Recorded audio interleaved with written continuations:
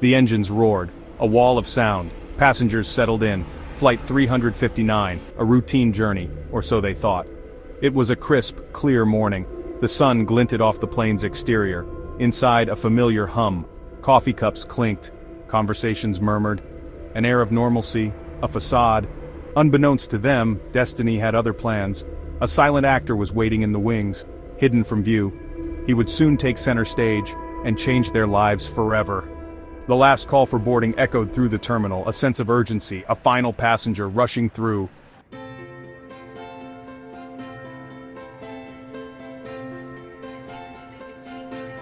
He arrived breathless, yet oddly composed.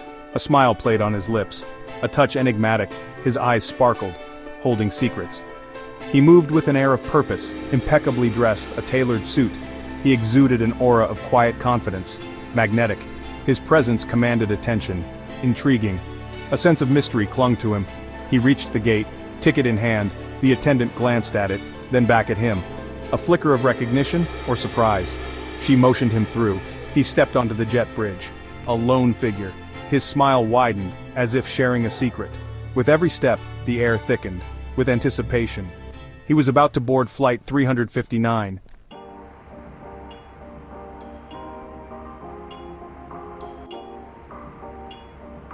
The aisle was cramped, full of passengers, anxious to be on their way, but he navigated it with ease, graceful. His gaze swept the cabin, taking it all in. He seemed to see everything, and everyone. His eyes met those of a young woman, reading a book. He paused. Their eyes locked. For a fleeting moment, a knowing look passed between them. Then he moved on. He found his seat. 14C window seat. He settled in, placing a worn leather bag in the overhead compartment. It seemed heavier than it looked, full of untold stories. He buckled his seatbelt. The plane taxied to the runway, ready for takeoff. He closed his eyes. A peaceful serenity washed over him. His smile remained, unwavering. Flight 359 was about to embark on a journey into the unknown.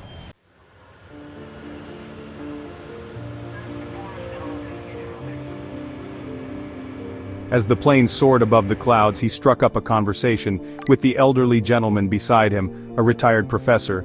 He spoke softly, his voice a gentle melody. The professor, initially hesitant, found himself drawn in. The stranger possessed an uncanny ability to listen. He hung on to the professor's every word, absorbing his stories, his eyes windows to a deep well of empathy, understanding. He seemed to genuinely care about this stranger's life. The conversation flowed effortlessly, from topic to topic. The stranger, surprisingly knowledgeable about history, art, and science. He spoke of distant lands, ancient civilizations, lost wonders. His words painted vivid pictures in the professor's mind. The professor, captivated, shared his own experiences, his regrets, his triumphs. The stranger listened intently, offering words of encouragement, wisdom. A bond began to form, an unlikely friendship at 30,000 feet.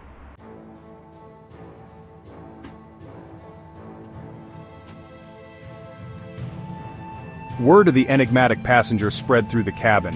Whispers, curious glances, and a sense of wonder filled the air. He seemed to radiate an aura of mystery and intrigue. People felt compelled to be near him. A young couple seated across the aisle joined the conversation. They spoke of their dreams, their fears, and their love for each other. The stranger listened, his smile unwavering, a knowing glint in his eye. He offered advice, not as a stranger, but as a confidant. He shared stories of his own, tales of adventure, of love lost and found. His words, both captivating and haunting, echoed with truth. The passengers, mesmerized, hung on to his every word. Time seemed to stand still. The flight attendants, too, found themselves drawn to him. They shared their hopes, their dreams, their anxieties, and their secrets. He listened patiently, offering words of comfort and encouragement. His presence had a calming effect on everyone he encountered.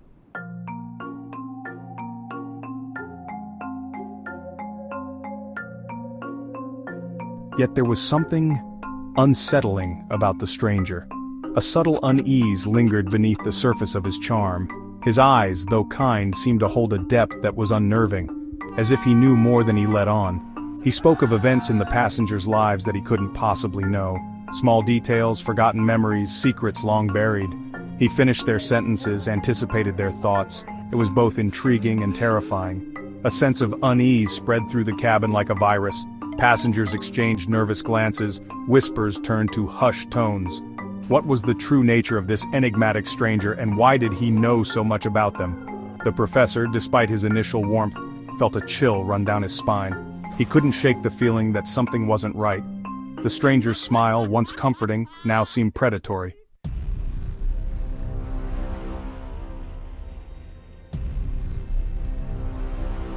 As the flight approached its destination, the stranger reached into his bag. He retrieved a small wooden box, ornately carved. He presented it to the professor. A gift, he said, a token of their newfound friendship. The professor hesitated, unsure whether to accept, but the stranger insisted, his eyes pleading, sincere. With trembling hands, the professor took the box. It felt strangely warm. "Open it," the stranger whispered, his voice barely audible. The professor lifted the lid. Inside, nestled on a bed of velvet, lay a key. A simple brass key. It gleamed faintly, as if pulsating with an inner light. "This key," the stranger said, his voice low and urgent, "holds the answer to everything." His words hung in the air, heavy with meaning. The professor looked up, but the stranger was gone, vanished.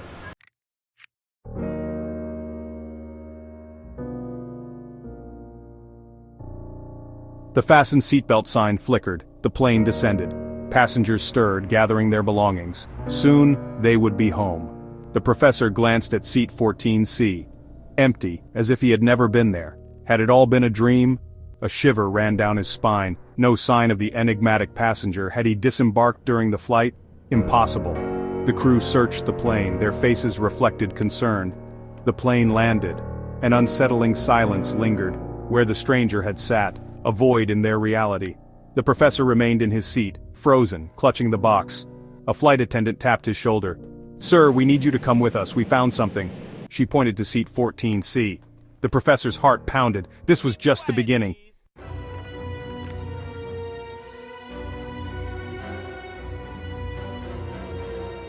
Underneath the empty seat, nestled where the stranger had been sitting, lay a journal. Old and weathered, bound in leather, its pages filled with faded ink and intricate sketches. It exuded an aura of antiquity, of secrets whispered through time. The professor, his hand trembling, reached for the journal. Its leather felt cool to the touch, as if imbued with a strange energy. He opened it cautiously. The pages crackled, a faint musty scent, as if the journal itself was reluctant to reveal its secrets. The first page bore a single sentence, written in a flowing script. "Time is but an illusion, and we are but travelers within its folds." The words seemed to writhe on the page, alive with hidden meaning. The professor's mind raced. Who was this stranger? He flipped through the pages, each one filled with cryptic entries. Strange symbols, complex equations, sketches of impossible landscapes. The journal was a labyrinth of mysteries within mysteries. The professor felt a chill. This was no ordinary journal.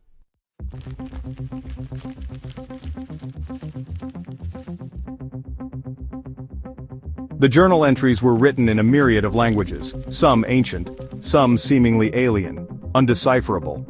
Yet the professor felt a strange pull, as if the words themselves were calling to him. He spent hours poring over the pages, desperate for answers.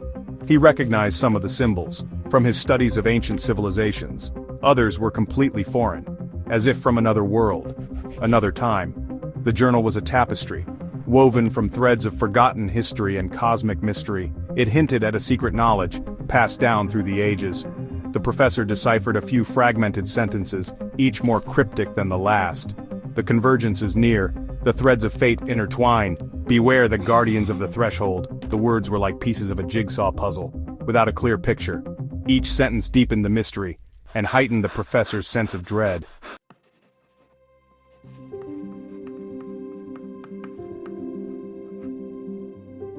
Section 4. Coordinates and Sketches. Interspersed among the cryptic messages were sketches, detailed and lifelike. They depicted landscapes of breathtaking beauty and unsettling strangeness, soaring mountains that pierced the heavens, forests bathed in ethereal light, cities that defied gravity, structures that seemed alive.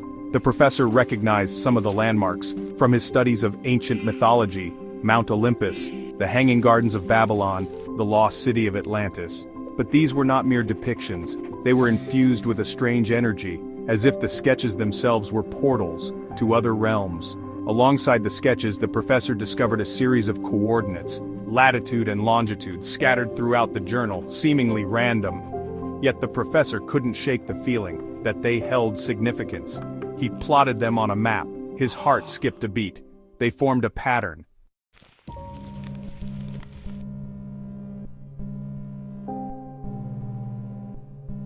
The coordinates, when connected, formed a shape, a symbol. The professor recognized it instantly. From his studies of ancient lore, the Ouroboros, the serpent biting its own tail, a symbol of eternity, of cycles, of time.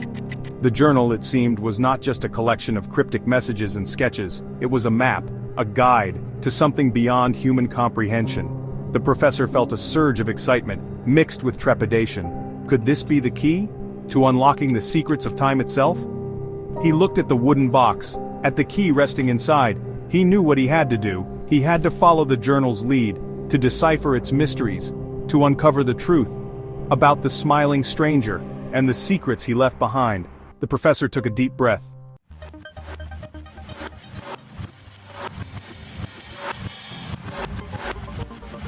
News of the mysterious passenger spread like wildfire. From hushed whispers to a deafening roar, the media pounced on the story, hungry for answers. Flight 359 became synonymous with the unknown. Reporters swarmed the airport, cameras flashed, microphones thrust into the faces of bewildered passengers. Everyone wanted a piece of the enigma. The world was watching. The story dominated headlines, a global obsession. Was he a missing person, a runaway, an elaborate hoax? Theories ran rampant, fueled by speculation and fear. The line between fact and fiction blurred. The internet exploded. Forums dedicated to the mystery. Amateur sleuths dissected every detail, every clue, searching for answers, yearning for the truth. The smiling stranger became a viral sensation.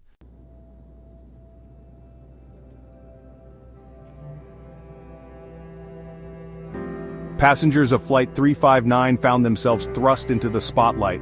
Their lives turned upside down. They shared their stories, their encounters with the stranger, their words a mix of awe, confusion, and fear. The elderly professor, now a reluctant spokesperson, spoke of the stranger's charm, his uncanny knowledge, the cryptic journal, and the key. His words, measured yet filled with a sense of wonder. The young couple, their faces etched with a newfound fear, spoke of the stranger's advice, his warnings, his words echoing in their minds.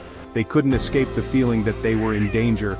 The flight attendants, visibly shaken by the experience, recounted the stranger's kindness, his calming presence. Yet, they couldn't shake the feeling that something wasn't right. They had been touched by the unknown, and it had left its mark.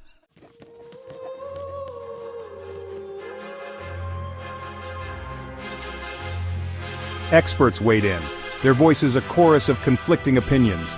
Psychologists suggested mass hysteria, a shared delusion. Criminologists theorized a carefully orchestrated con. But no one could explain the journal, the sketches, the coordinates. Paranormal investigators entered the fray, their theories even more outlandish. Time travel, interdimensional beings, ancient prophecies. They pointed to the journal as proof of something beyond our understanding. The line between science and the supernatural blurred. Theories spread like wildfire, fueled by the internet, by fear. Was the smiling stranger a harbinger of something greater? A warning from the future? A messenger from another dimension? The world held its breath, waiting for answers, for a sign.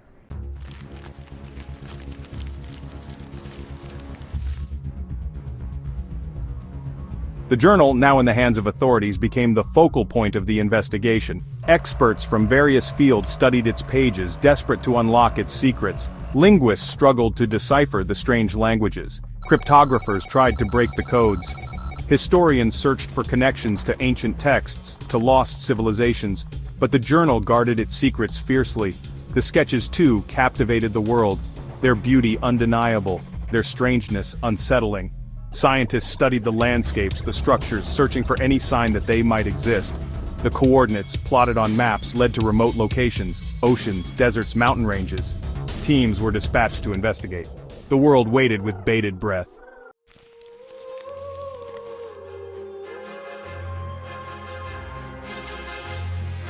Section 5, the investigation. The FBI, now leading the investigation, treated the case with utmost seriousness. They interviewed passengers, crew members, and airport staff. Every lead hit a dead end. The stranger had vanished without a trace. Surveillance footage from the airport yielded nothing.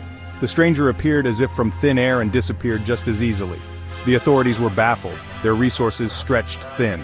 The case was colder than ice. The journal remained the only clue, a tangible enigma, a puzzle box with pieces missing. But the professor knew the answers were there, hidden within its pages. He had to find a way to unlock them. The fate of the world may depend on it.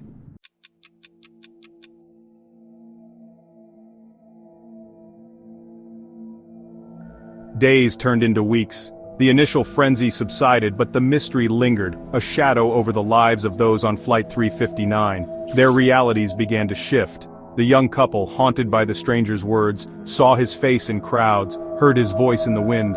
Their love, once unshakable, strained under the weight of paranoia. Their dreams invaded by cryptic symbols and the stranger's knowing smile. The flight attendant, plagued by insomnia, dreamt of endless corridors, whispering voices, and the scent of old books.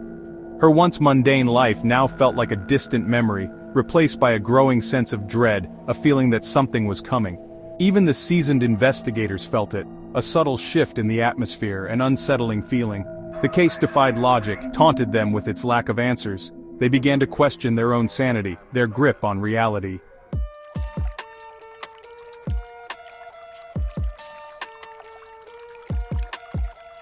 Section 2, The Professor's Quest. The professor, consumed by the journal, isolated himself. He immersed himself in its pages, driven by an insatiable need to understand. The cryptic messages haunted his waking hours, and the sketches, his dreams. He saw patterns in the chaos, connections previously hidden.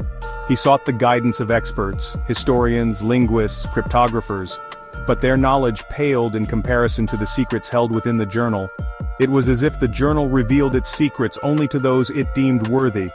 The professor, despite his growing fear, felt strangely chosen. He followed the trail of clues across continents, through ancient texts. Each discovery brought him closer to the truth and deeper into the mystery. He was a man possessed, driven by a force he couldn't comprehend. His quest for answers had become an obsession. He knew he was walking a dangerous path, one that threatened his sanity. But he couldn't turn back, he was in too deep. The journal had a hold on him, and he, in turn, was bound to its secrets.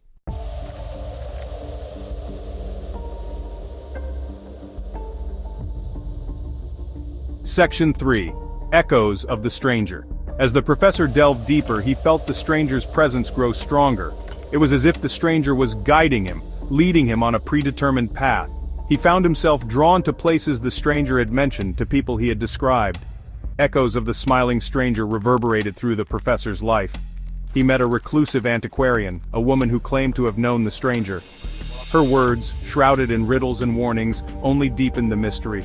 She spoke of ancient prophecies, of a convergence of timelines, and of a choice that would determine the fate of humanity. He encountered obstacles, dead ends, threats from unknown forces. It was as if something, or someone, did not want the truth revealed. But the professor pressed on, driven by a sense of purpose, a destiny he couldn't escape. He was no longer just a scholar, he was a player in a game far bigger than himself.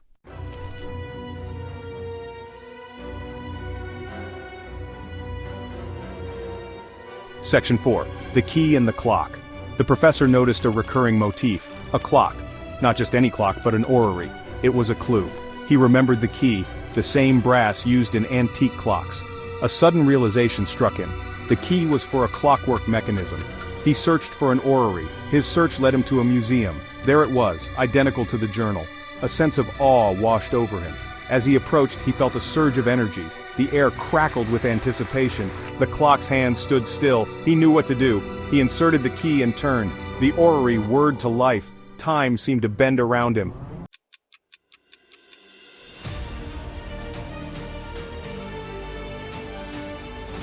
Section 1. The Final Entry. The orrery hummed, a low, resonant sound like the beating of a giant heart. The professor watched, mesmerized, as the clockwork planets aligned. A hidden compartment slid open, revealing a single, yellowed page. The professor's breath caught in his throat. He recognized the handwriting, the stranger's words. One last message from beyond time and space. The journey is never truly over, it began. Only the paths change. The professor's heart pounded. He read on, eager for answers, dreading the truth. We only meet when it's meant to be, the entry concluded. Until then, may your own journey be filled with wonder and discovery." The words seemed to shimmer on the page. Then they faded away. The orrery fell silent, its gears stopped. Time resumed its normal flow. The professor stood there, alone, with a profound sense of peace and a question that echoed through the corridors of time. Who was the smiling stranger?